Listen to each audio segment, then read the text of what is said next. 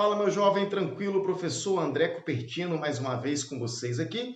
Vamos falar hoje de um assunto bem recorrente nos vestibulares. Quer saber um pouquinho mais sobre parasitologia? Vem comigo!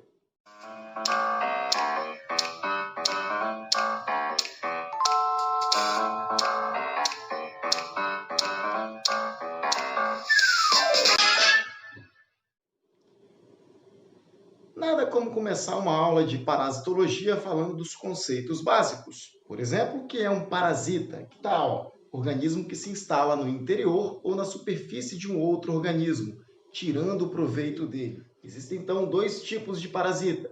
Os endoparasitas, como o exemplo aqui do Schistosoma mansoni, que causa esquistossomose em humanos, e existem os ectoparasitas, aqui eu tenho o carrapato estrela, por exemplo, que causa febre maculosa em humanos. Dando sequência aqui aos nossos conceitos, o que vem a ser um vetor? Vetor ou agente transmissor é um organismo que transmite a doença. Nós temos aqui um exemplo muito conhecido no Brasil, que é o Aedes aegypti. O Aedes aegypti ele é o transmissor, o agente transmissor da dengue, também pode ser da chikungunya, febre amarela ou zika vírus. O que vem a ser agente etiológico? Agente etiológico é o nome do indivíduo que causa a doença.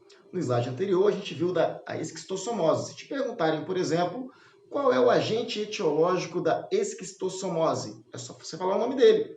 Qual é o nome dele? Schistosoma mansoni, beleza? Hospedeiro, organismo que serve de hábitat para um outro organismo. A gente vai ver que existem dois tipos de hospedeiro, o hospedeiro definitivo e o hospedeiro intermediário. Agora, olha só que interessante. Aqui eu tenho a imagem da Sociedade Brasileira de Parasitologia. Vou ampliar para você dar uma olhada, olha só.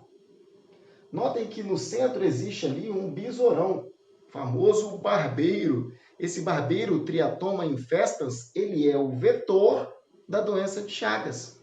E quem é o agente etiológico? É o Trypanosoma cruzi. E a gente vai ver que tem dois hospedeiros. Um é o homem e o outro é o próprio barbeiro.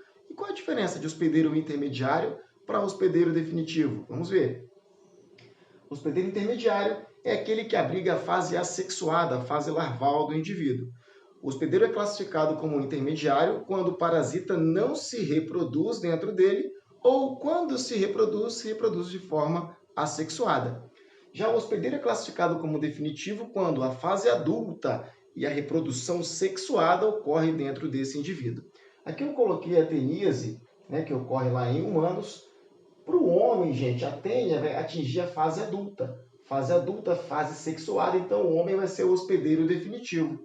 Já a tênia no porco, ele não se reproduz, fica lá a fase larval apenas, por isso que o porco vai ser classificado como hospedeiro intermediário. Ciclo monoxeno ou monogamético é um ciclo de vida cujo parasita afeta apenas um hospedeiro. Nós temos aqui um exemplo da ascaridíase em humanos.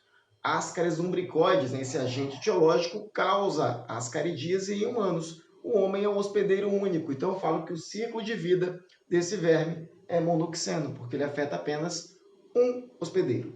Quando o ciclo afeta dois ou mais hospedeiros, eu vou chamar de ciclo heteroxeno ou digamético. Aqui eu tenho a esquistossomose, por exemplo. O homem vai ser o hospedeiro definitivo e o caramujo vai ser o hospedeiro intermediário. Profilaxias. Profilaxias é um conjunto de medidas que busca prevenção, controle ou erradicação de uma doença. Existem várias formas de você prevenir uma doença, entre elas a vacinação, que a gente vai até falar um pouquinho daqui a pouco. Mas dependendo do tipo de doença, de como é transmitida, você vai ter que ter uma medida profilática diferente. Qual a diferença de infecção para infestação? Infecção é um termo que a gente usa para quando a parasitose ocorre por meio de micro-organismos. Por exemplo, eu falo que o indivíduo está infectado por uma bactéria, ou infectado por algum vírus. Agora, se o parasita for um organismo macroscópico, um carrapato, um piolho, por exemplo, a gente vai usar o termo infestação. Por exemplo, a cabeça da criança está infestada de piolhos. Vamos falar agora de um exemplo clássico de profilaxia, que é a vacinação. Olha o esquema. A vacinação nada mais é do que a inoculação de partes de um micro-organismo enfraquecido.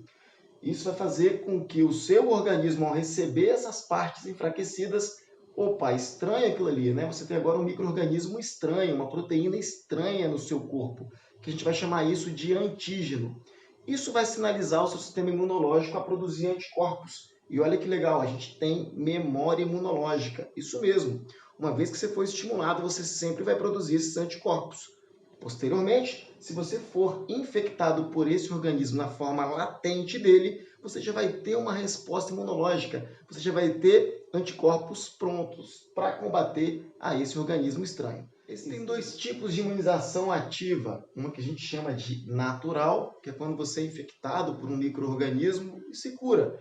Naturalmente, seu organismo vai produzir esses anticorpos de forma natural. E existe a artificial, que é por meio da vacinação. Bom, vamos falar um pouquinho agora sobre epidemiologia, galera. O que vem a ser uma epidemiologia? Vamos falar dos conceitos de surto, epidemia, pandemia e endemia. Recentemente tem ouvido aí na mídia, né? Pandemia de Covid-19. Vamos tentar diferenciar esses conceitos. Surto é quando ocorre um aumento súbito do número de casos em uma determinada localidade. Pode ser um bairro ou um município. Não extrapola grandes áreas geográficas, não. Já uma epidemia, você tem um aumento maior do número de casos, podendo ultrapassar fronteiras de estados, né? Você tem vários estados de um país com um aumento do número de casos, e tem uma epidemia. E pandemia é quando você tem uma epidemia de dimensões globais, você atinge o planeta todo, outros continentes. Mesmo assim, se você tiver várias epidemias em países diferentes, quem vai determinar se isso é uma pandemia é a Organização Mundial de Saúde. Covid-19, por exemplo, surgiu como um surto lá na cidade de Wuhan, na China, passou a se tornar uma epidemia, né, na China, outros estados da China, de Wuhan, outras cidades depois de Wuhan, pegaram essa doença, depois outros continentes, outros países, até que a OMS decretou como pandemia. O que vem ser uma endemia, pessoal? Uma doença é considerada endêmica quando você tem um número de casos controlados numa região. Por exemplo, a Amazônia é uma região endêmica para a malária. É de se esperar que anualmente tenha um número de casos controlados da malária. As epidemiologias podem ser representadas por meio de gráficos ou tabelas. Aqui eu tenho um gráfico da Covid-19, isso é muito importante para você que vai tentar o Enem, por exemplo. A competência 5, habilidade 17 do Enem te cobra isso.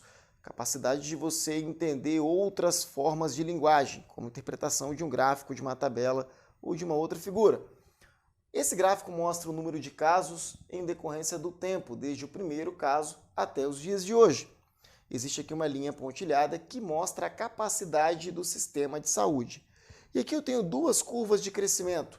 Uma sem medidas de controle, foi o que aconteceu na Itália, onde o número de casos ultrapassou a linha pontilhada, que é a capacidade do sistema de saúde tem de suportar o número de doentes. Então, o que aconteceu na Itália? Em um curto período de tempo, muita gente foi contaminada. Consequência disso, superlotação do sistema de saúde. Muita gente morreu. Chegou ao ponto de ser divulgado na mídia que tiveram que escolher quem ia viver e quem ia morrer. As medidas de prevenção, por exemplo, a utilização do álcool em gel, tem o meu aqui, que a gente está fazendo agora, as medidas de contenção no Brasil, servem justamente para achatar essa curva. Para quê? Muita gente vai pegar a doença, gente, não tem jeito, é uma epidemia, uma pandemia, na verdade, né? Então a ideia é achatar essa curva de contaminação para não sufocar o nosso sistema de saúde. Você tem que desenvolver a capacidade de interpretar essa forma de linguagem, visto que o Enem vai te cobrar muito isso daqui. Tranquilo? E como isso cai no vestibular e no Enem? Vamos ver, gente? Questão da UFMG. A campanha nacional de vacinação do idoso, instituída pelo Ministério da Saúde do Brasil, vem se revelando uma das mais abrangentes dirigidas à população dessa faixa etária. Além da vacina contra a gripe, os postos de saúde estão aplicando também a vacina contra a pneumonia pneumocócica. É correto afirmar que essas vacinas protegem por quê? Vamos ver. Letra A. São constituídas de moléculas recombinantes. Foi isso que a gente falou? Não, né? Vacina é inoculação de antígeno para estimular a produção de anticorpos. Tranquilo? Letra B. Contém anticorpos específicos? Não. Vacina estimula a produção de anticorpos. Não tem anticorpo específico, não. Letra C. Induzem a resposta imunológica. Isso. Essa é a resposta certa. A vacina vai estimular o seu organismo a produzir os seus anticorpos. Vamos para a segunda? Enem 2011. Os sintomas mais sérios da gripe A, causada pelo vírus H1N1, foram apresentados por pessoas mais idosas e por gestantes. O motivo aparente é a menor imunidade desses grupos contra o vírus. Para aumentar a imunidade populacional relativa ao vírus da gripe A, o governo brasileiro distribuiu vacinas para os grupos mais suscetíveis. A vacina contra o H1N1, assim como qualquer outra vacina contra agentes causadores de doenças infecto-contagiosas, aumenta a imunidade das pessoas. Por quê, galera? Vamos ver? Letra A. Possui anticorpos contra o agente causador da doença. Galera, anticorpo pronto, em uma outra aula a gente vai ver que é o soro, né? O soro antiofídico, por exemplo, tem um anticorpo pronto. Não é o princípio da vacina. Letra B.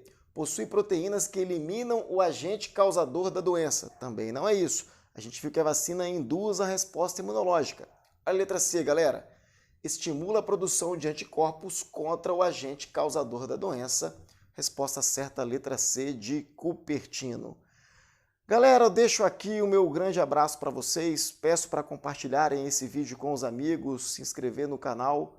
Grande abraço para todos e até a nossa próxima aula. Valeu!